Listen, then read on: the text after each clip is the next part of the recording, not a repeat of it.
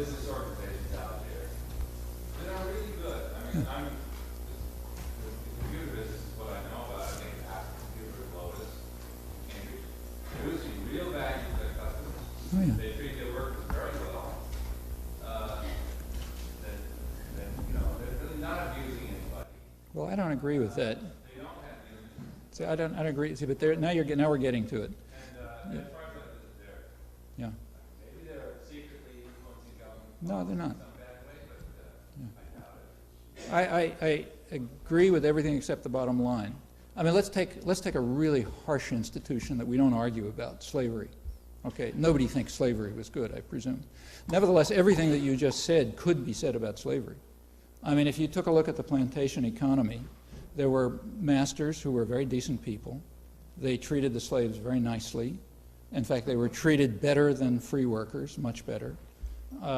They were allowed to live their family lives, you know. I mean, they didn't beat them up or anything. But it didn't matter. It was slavery. And maybe some of them, you know, gave money to the church and did all kind of decent things. Probably they did, you know, nice people. But the trouble was the institution.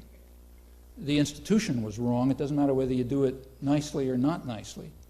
People, you know, the idea that a person should be owned is just an intolerable infringement on human rights, whether the person who owns them is nice to them or not. And, you know, in the 19th century, it was widely recognized that the same is true if people are rented. It's an intolerable infringement on people's rights, even if the guy who rents you is nice to you. The question is whether decisions over investment, production, distribution, what happens on the shop floor, conditions of work, all that kind of stuff, whether those decisions should be out of public control. You go back to the 19th century when there was a live, popular, libertarian working class movement, and you will read in the Knights of Labor statement publications that wage slavery is not a lot different from slavery.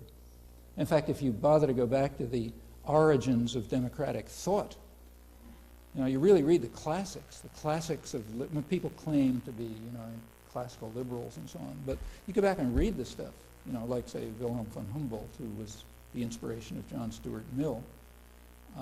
He says the leading principle of his, you know, the great classical liberal, you know, the origin of the whole business. The leading principle of his thought is that human beings are born to, he said, to inquire and create, and to create under their own initiative. If any work that a person does under outside pressure is inhuman. If a person creates something beautiful under outside orders, we may admire what he does, but we will despise what he is. Well, that's classical liberal thought, you know. They don't tell you that in the Chicago school. But that's classical any more than they tell you what Adam Smith really said, which is very different from what's claimed. But that's classical liberal thought, and it's because it was driven by, you know, concepts of human rights and human dignities which are seriously infringed by the structure of business operations, even if the guys who run it are nice guys. You can't be a nice guy in certain positions because the institution is not nice. Now, I'm not, you know, like, I'm not saying let's go out and blow up Lotus, you know, sure, not at all. I mean, yes, they're among the best ones around, but that doesn't lead us to I think it should not lead us to overlook what's fundamentally wrong with that authoritarian structure.